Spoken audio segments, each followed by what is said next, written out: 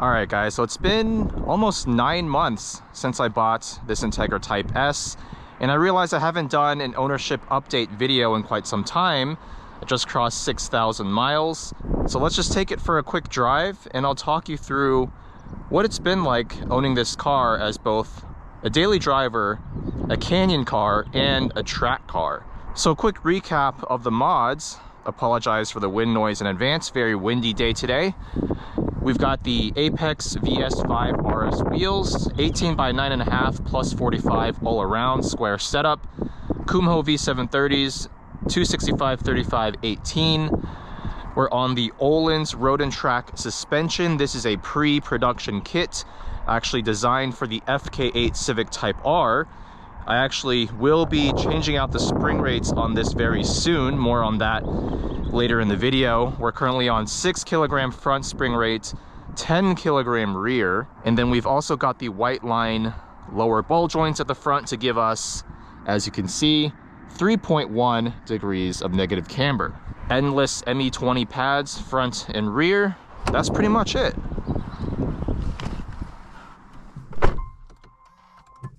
Stock exhaust. That is going to change very soon. TPMS light is on because I did not install TPMS sensors on these Apex wheels. Probably should have done that, just so I can avoid hitting this button every single time I turn the car on. Start out in comfort mode. Not going to be doing any aggressive driving today. Really just want to talk you all through the ownership experience of this Integra Type S. As you can see, 6,100 miles. Let me cut straight to the point first, and then I'll give you some more detail about what I mean. In short, my ownership experience with this car has been, dare I say, perfect. And it's a car I can see myself owning for a very, very long time. Having gone through different daily driver slash track car, dual duty cars many times over the last 5 years, that 997.1 Carrera, before that was the 987.1 Cayman S, before that of course was the S2000, the BMW 540i E39, and of course most recently, how could I forget, the Gen 2 Subaru BRZ. Out of all of those cars, I'm the most impressed with this one in terms of how it's been as a daily driver as well as a track car.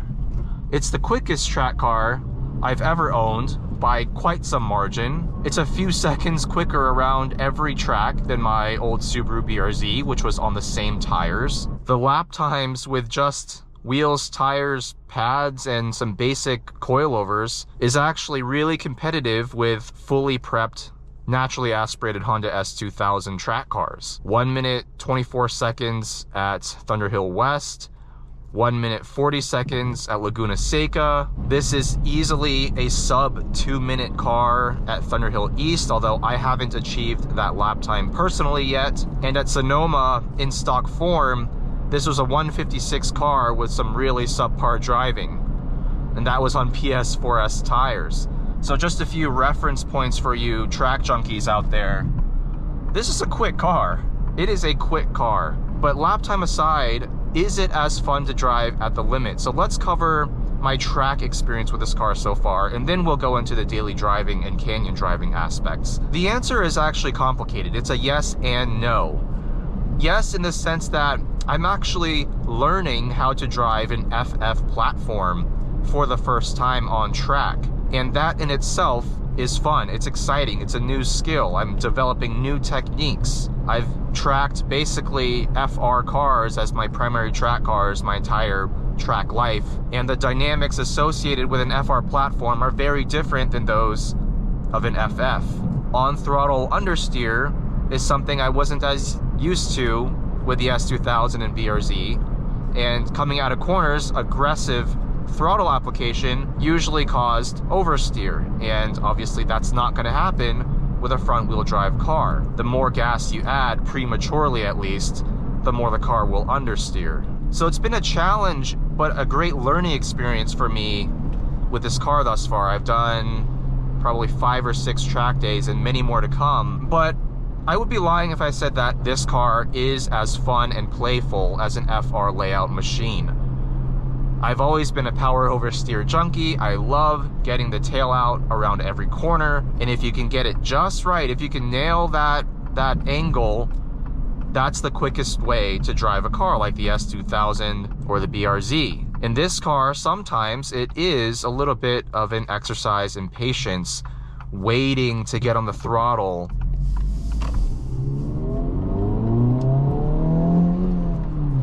But it's also been my first turbocharged track car, so that's also an element of learning for me. I'm not used to having any amount of turbo lag on track. Not that this engine has much, it actually has very little turbo lag below around 3,000, 3,500 RPM. But it's still a little bit different. This engine, you don't necessarily need to wind it out to the very top, to the red line. Short shifting actually is preferable in some cases, and I'll explain another reason why you might actually have to short shift. But overall, it's a little bit more of a blunt instrument compared to an S2000 or BRZ. But that being said, it's very sharp. The front end of this car, immediate turn-in, especially with these Öhlins Road and Track coilovers and the camber mods and the tires, and it's very confidence inspiring at the limit. I can really lean on the front end of this car, and because it is FF, I know it's not going to snap on me. I can really push myself as a driver a little bit more easily with this car, and that in itself is fun. Is it better or worse than having to worry about power oversteer? I can't really answer that. It just depends on what you like in a driving experience.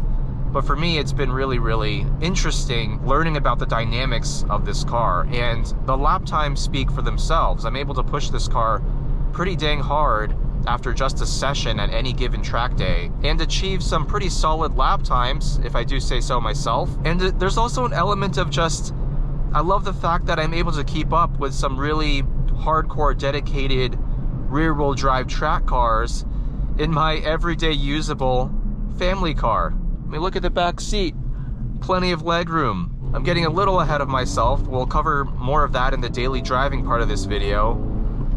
But just to make the point that this car really can do it all. It can set some really good lap times and be really fun to drive, and I really appreciate it for that.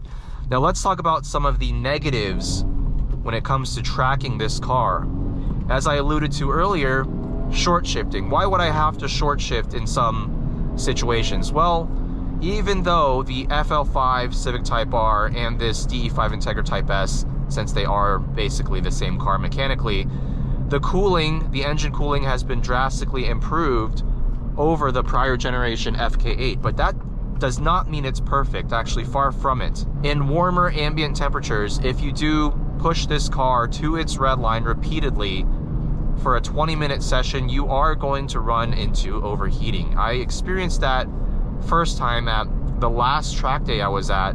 Ambient temperature was actually right around 70 degrees, maybe slightly lower. I drove the car for about 15 minutes or so, and I saw this coolant gauge at the left go up from the usual 4 bars or 4 ticks up to the 5 ticks. Now that's 5 ticks out of 10, so you might think that should be okay, but because the car basically stays flat at 4 ticks all the time, going up to 5 was a little bit of a worry, and it had my eyes constantly checking to see if it would go beyond that. Thankfully, that was the only time I saw the coolant gauge creep up.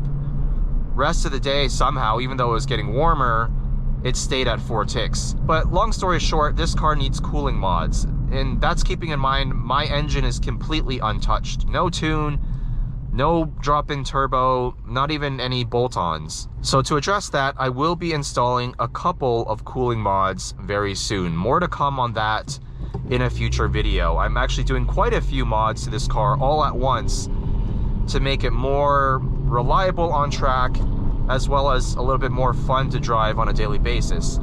Again, more to come on that in a different video. Not planning to try to extract any more peak horsepower. I just want to have the reliable 320 factory horsepower at my fingertips at all times. Reliability is the key for this car for me, especially being a turbocharged engine. Also, another thing I noticed on track, when I use the brakes really hard repeatedly throughout a session, about halfway through the session, sometimes earlier, a brake warning light would come on the dash. And it was something along the lines of check brake system or something like that. But it wouldn't actually affect the driving of the car at all. After I bring the car back in, cool it down, that light would always go away. Seems like a bit of a non-issue. Maybe it's just detecting that the brake temps are getting high. Not sure, but I've checked my pads and my fluid levels and my rotors, everything seems to be just fine. So what does this car need to actually be more fun on track? That's what I'm gonna find out soon once I change out the Öhlins springs front and rear to something that might be a little bit more both compliant for daily driving and better sorted on track.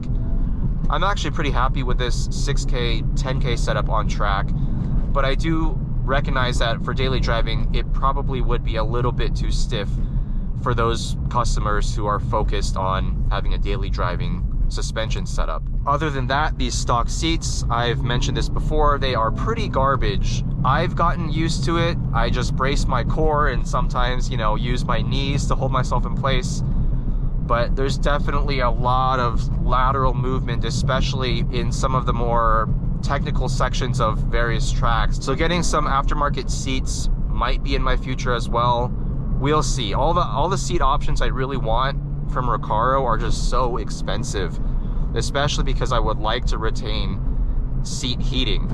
That's some major old man energy shining through, but I actually really like having heated seats in the wintertime, even though I'm in California and winter is like 40 something degrees. So that's enough about the tracking experience of this car. More to come on that. Like I said, I've only done maybe 6 track days. We'll put this car to the test in the summertime that's coming up very soon and see if it really is a car that can be tracked year-round. That's the big question I have in my mind, because the FK8 definitely wasn't. You had to basically do a couple of laps of cool down after every hot lap. But moving on to the daily drivability of this car, and that's where I have almost no complaints. I truly am really impressed with this car as a daily driver, especially if you just want to keep the stock suspension and drive it around in comfort mode. It's perfectly plush.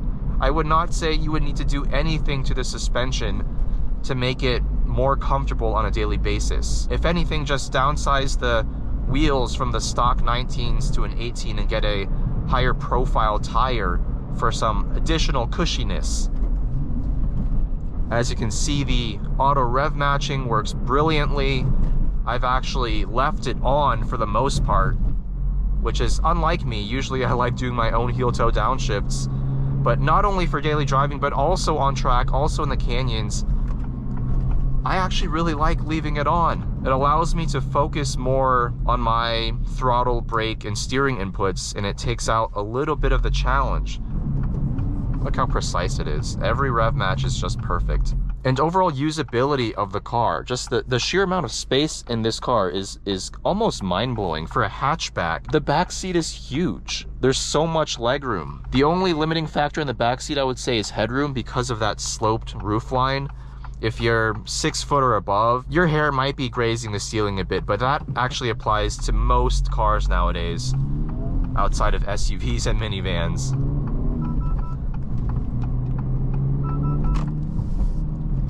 One thing I've always been really impressed with Honda and Acura is just how well their driving assists actually work compared to other manufacturers. Having had several press cars from Mazda and Hyundai and Toyota and such, I've really come to appreciate how well Honda has engineered a lot of these systems. The lane keep assist is the best I've experienced in any car short of, say, a Tesla.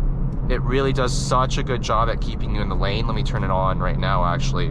Now, for slower driving around town, it's a bit hit or miss, but on the freeway, it is a godsend. It really is. It's much more proactive about making little steering corrections to keep you in the lane compared to some other systems. Even though they call it, you know, lane keep assist, it's much more reactive, where it waits until you're about to veer out of your lane before actually alerting you and pulling you back in. Radar cruise control in conjunction with the lane keep assist So nice. So nice. It's almost like semi-autonomous driving. Just keep your hands on the wheel and let the car do the rest for the most part. And it still works, the radar cruise control that is, when shifting gears, which is awesome. Also, just the ergonomics and the layout of this interior and its controls.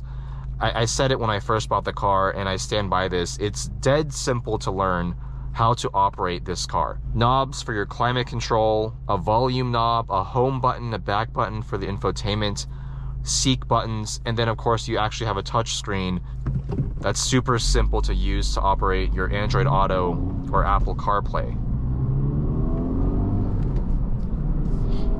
Couple of charging ports down here, one USB-A, one USB-C, two cup holders down here that actually do a good job at holding taller cups and bottles. The center compartment here. Storage bins on the doors can hold a fairly large bottle, not one of those giant ones. You can fold the rear seats down and it does a 40-60 split, so you can get a lot of stuff packed into this car. Obviously, for passengers, the one downside is that there is no rear middle seat. Instead, it just has cup holders built into the seat itself. And that's because this car actually has a passenger weight limit of 680 pounds, including the driver. So divide by 4 seats, that's 170 pounds per person. I don't know how they determined that that's the limit or what engineering trade-off decisions they had to make. It hasn't been a major issue for me, but there were 1 or 2 times where I had to carry more than 4 people, and so either we drove 2 cars or drove someone else's car. Now, other notes about daily driving is the actual controls themselves. If I put it into comfort mode, the steering really nice and light without feeling sloppy. You still get a direct response when you turn the wheel. The shifter is, I would argue, top 3 shifters of any car you can buy, any manual transmission car you can buy right now. It's up there between this and the 992 GT3. I really do think so. Just the slickness of this 6-speed box is next level. And I can speed shift the hell out of this thing on track. It'll take it. The synchros on this transmission appear to be pretty sturdy.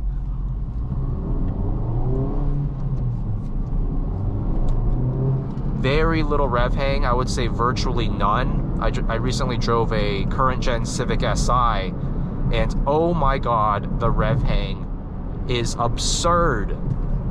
Jumping back into this car was like going to a naturally aspirated engine. Also, the clutch, brake, and throttle of this car are very linear and light with good feedback. Even for daily driving, I'm not talking about driving on track or in the canyons. Honda does such a good job at making the overall controls of the vehicle, the driving controls, feel coherent. They've always been this way, even back in the 90s. My NSX and the S2000, definitely proof of that. They've kept that ethos alive even in 2024. Very few cars out there will feel just as natural to drive in terms of all of the driver inputs as a Honda, especially with a manual transmission. The sound system of this car is good, but actually not as good as I would like. Now, I'm a little bit pickier when it comes to sound, having played violin and piano basically my entire childhood. And actually being a little bit of an audiophile before I got into cars, nowadays not so much. But I appreciate nice, deep bass response without muddying up the mids and the trebles. And that's where this car's ELS system falls a little bit short. The bass is strong, but it's a little bit sloppy. It doesn't have that deep punch.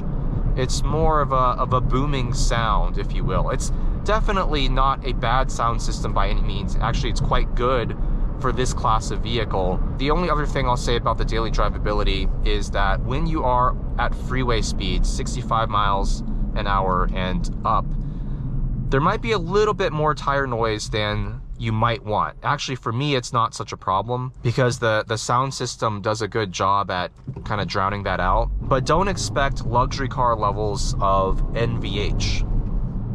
And reliability-wise, 0 issues with this as a daily driver. It's been rock solid. And I don't expect that to change given this is a Honda Acura product. And for canyon driving, obviously the car is excellent as well. If it's great on track, great as a daily driver, typically a car is going to be good in the canyons when you're pushing it to say 7/10, 8/10 at most. At canyon speeds, there's virtually no understeer with these tires.